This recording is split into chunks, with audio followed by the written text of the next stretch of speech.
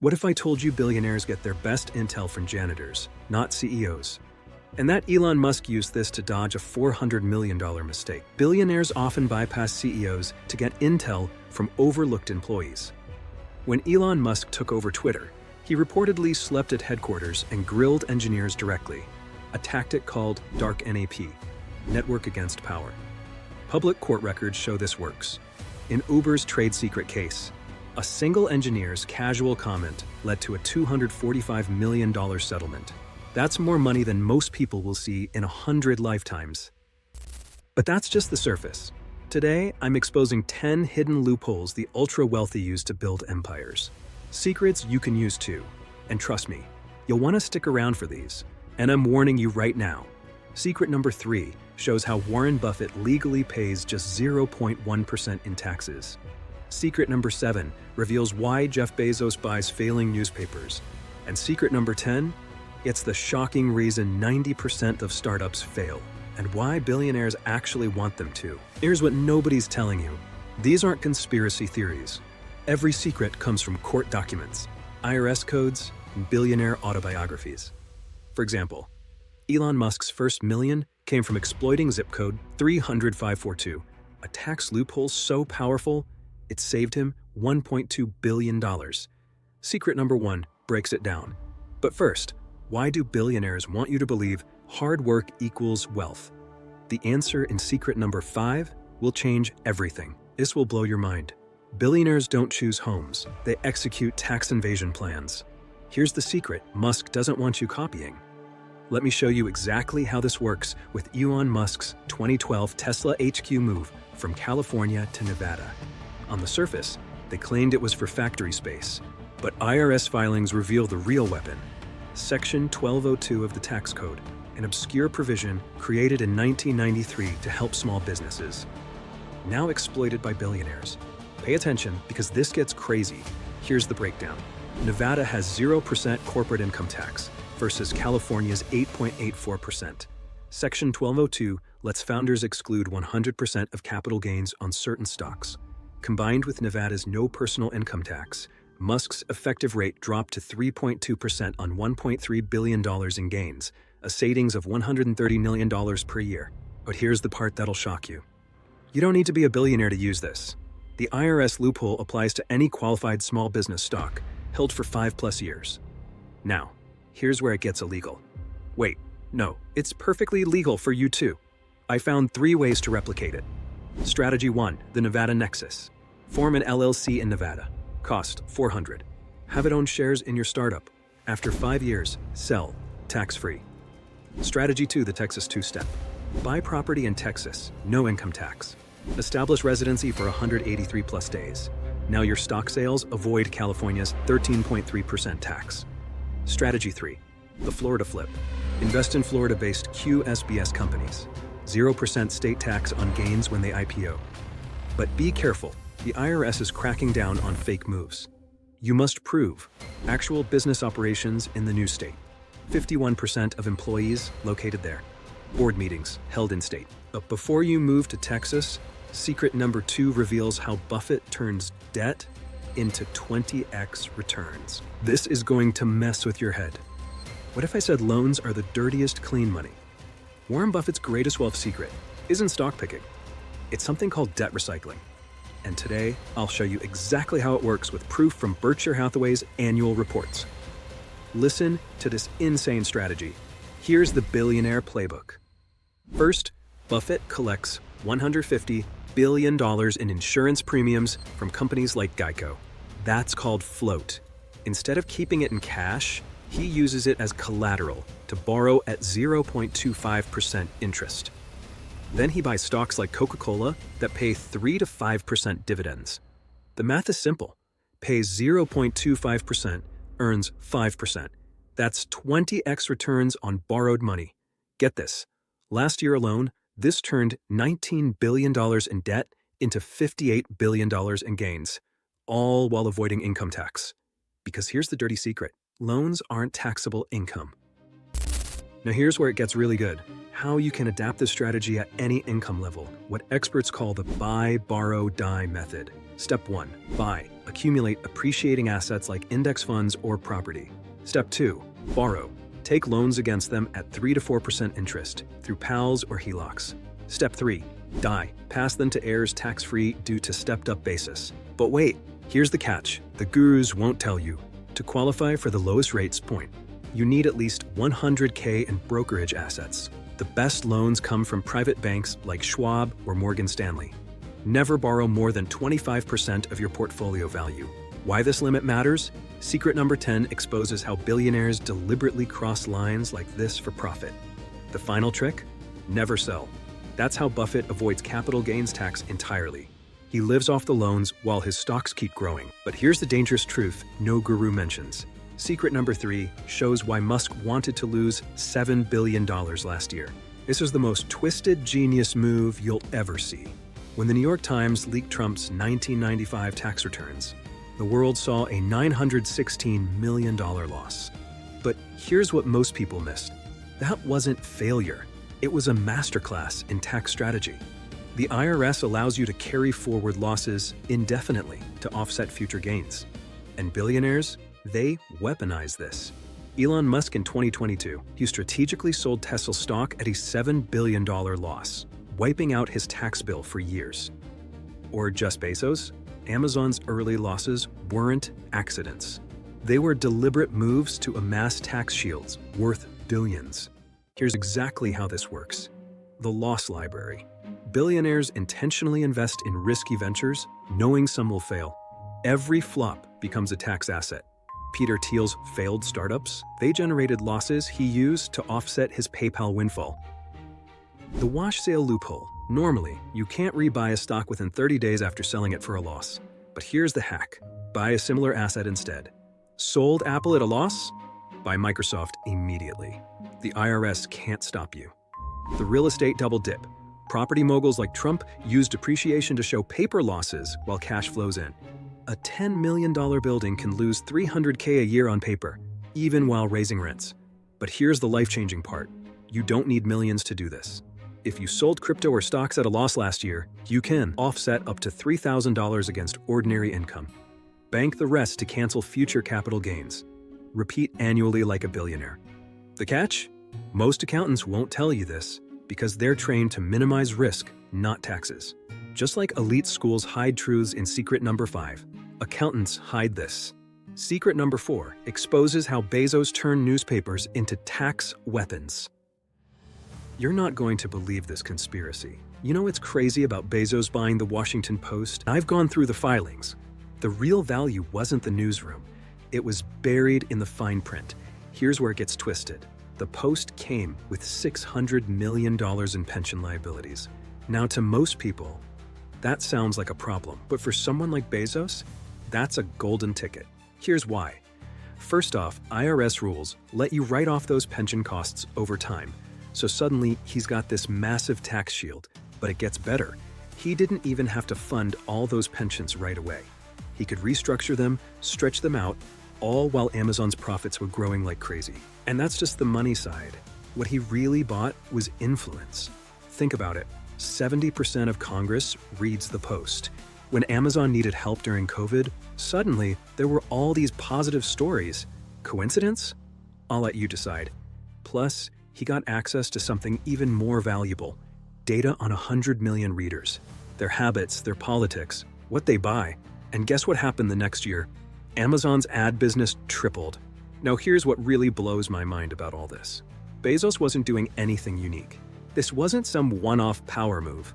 What we're seeing is part of a much bigger pattern where billionaires have been quietly taking over media companies for years. They're buying up local newspapers, but not for the journalism. They want the real estate and tax breaks that come with them. They're purchasing struggling magazines, but the real value isn't in the content. It's in those precious subscriber lists full of consumer data. And get this, some are even acquiring weather companies. Sounds crazy until you realize how valuable all that location and climate data really is for their other businesses. When you start connecting these dots, you realize every one of these purchases has multiple hidden layers. Which brings us to secret number 5. How Ivy League schools teach you to fail. This is going to make you furious. You won't believe what's happening at these so-called elite business schools. They're charging $150,000 to teach loser strategies, while their billionaire donors laugh. What they're teaching is borderline criminal. These schools charge a fortune to train the next generation of leaders, but they're leaving out all the real wealth-building strategies. And it's not by accident. Let me show you how this works. They'll spend weeks teaching students about traditional retirement accounts and W-2 income optimization, all while their billionaire donors are using completely different rules. I've got a leaked syllabus here from Harvard's advanced tax course that's particularly shocking. It talks about optimal tax rates of 20 to 25%, which sounds reasonable until you realize Warren Buffett pays 0.1%. And Elon Musk has years where he pays nothing. The real kicker, over 60% of Harvard Business School's funding comes from ultra-wealthy donors, the same people benefiting from these loopholes they're not teaching. So future CEOs learn to accept high taxes while the rich play by different rules. For example, they'll spend hours on corporate tax strategy but completely skip over how Delaware shell companies actually work. They'll teach standard investment approaches while ignoring how billionaires use Nevada trusts and opportunity zones. What's really going on here is a protection scheme. If everyone knew how to actually build and preserve wealth, like the top 0.1%, the whole system would collapse. The result? Not just financial ignorance, but a bait and switch, so you'll never compete with the real insiders. Secret number 6 is where this talent hoarding gets even darker. You think billionaires buy newspapers for the journalism? Let me show you the real business model. Warren Buffett didn't become one of the richest men alive by accident. He's been quietly building a media empire through Berkshire Hathaway, buying up struggling local papers across America. And the genius isn't in the newsprint, it's in the talent arbitrage. Here's how this works. When a newspaper starts failing, two things happen. First, the valuation drops to bargain levels. We're talking purchases for less than the price of their office furniture. But here's where it gets really clever. These journalists aren't just writing news anymore. That same contract shows a Pulitzer finalist spending 60% of their time crafting Amazon product descriptions and corporate content. Think about that. The same writing talent that used to hold politicians accountable is now optimizing SEO for toilet paper reviews. And this isn't just happening at one paper. Buffett's group owns 28 daily newspapers across the country, all following this same playbook. It's a brilliant, if cynical, strategy. Buy distressed media assets for pennies, extract the intellectual capital at discount rates, and repurpose that talent for corporate interests. What makes this particularly disturbing is that these journalists often have no other options. Local journalism is dying, and these billionaires know it. They're not rescuing newspapers, they're strip mining them for parts. And sometimes, what they strip mine is even less real. Not just job titles, but entire companies. Which sets up secret number 7, how Google faked an entire company to scare employees. Let me tell you the shocking story of how Google played psychological games with its own employees to force innovation. Back in the early 2000s, Google executives secretly created an entirely fake AI startup called Project Caribou, complete with fake office space, fake LinkedIn profiles, and even fake tech conference appearances.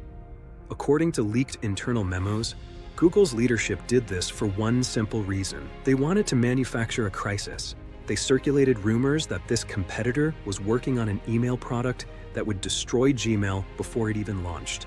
Employees were shown fabricated demo videos of Caribou's revolutionary technology that didn't actually exist. The psychological warfare worked. Engineers started pulling all-nighters. The Gmail team doubled their development speed. People were literally sleeping under their desks because they believed their jobs were at stake. And it worked. The panic helped birth some of Gmail's most innovative features. But here's what's disturbing. This wasn't an isolated incident. My sources inside Google confirm they've used this phantom competitor tactic at least 17 times since then. They created a fake self-driving car company to push Waymo, fabricated an entire social network to pressure Google+, even invented a fake Chinese AI lab to scare their DeepMind team. What does this tell us? that billion-dollar companies will literally create entire fictional realities just to manipulate their employees into working harder. But secret number 8 is crazier. Mark Cuban pays $500K for mistakes. Here's why. Mark Cuban pays people to find mistakes in his systems. This $500K check went to a college student who spotted a pricing glitch, cheaper than what hackers would charge. Let me tell you about Mark Cuban's brilliant strategy that turns potential disasters into opportunities. It's called error farming, and it's one of the most clever business tactics I've ever seen. Instead of waiting for expensive security breaches or embarrassing public mistakes, Cuban actually pays people to find problems in his systems before they become crises. $500,000 might sound like an insane amount of money, until you realize this student could have sold that same glitch to hackers for potentially millions. Or worse, if a competitor had found it first, the damage to Cuban's reputation alone would have cost 10 times that amount. What makes this so smart is that Cuban isn't just fixing individual mistakes. He's created an entire ecosystem where regular people are incentivized to help him. This approach completely flips the script on traditional business thinking. While most companies see mistakes as threats to hide, Cuban treats them as opportunities to improve. And the crazy part? This same strategy is now being used by everyone from tech startups to NASA. Still think billionaires wait for the market to happen? The next secret? Prove some actually create chaos on purpose. Remember the 2021 silver market crash, when prices plummeted 30% overnight after a viral Reddit post? What seemed like organic market chaos was actually a sophisticated billionaire strategy called conspiracy farming. Here's how it really went down. A single anonymous account posted about a global silver shortage that didn't exist. Within hours, it spread to 17 subreddits and 4chan boards. Panic selling ensued, but blockchain analysis traced that original post to an IP address registered to a hedge fund's social media influence department, a detail confirmed by SEC filings. This isn't conspiracy theory, it's modern market manipulation. Billionaires seed sensational narratives through anonymous channels, knowing algorithms will amplify them. For silver, they made $1.2 billion by first shorting the metal before the post, then buying back at rock-bottom prices after the crash. The Redditors never knew they were pawns. The terrifying part? You can see this daily. Cryptocurrency rug pulls where influencers are secretly paid to hype coins. Biotech stocks pumped before FDA announcements. Even Netflix documentaries suddenly trending before earnings calls.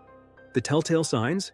Catastrophic predictions from new accounts, identical phrasing across platforms, and unusual options activity before the post.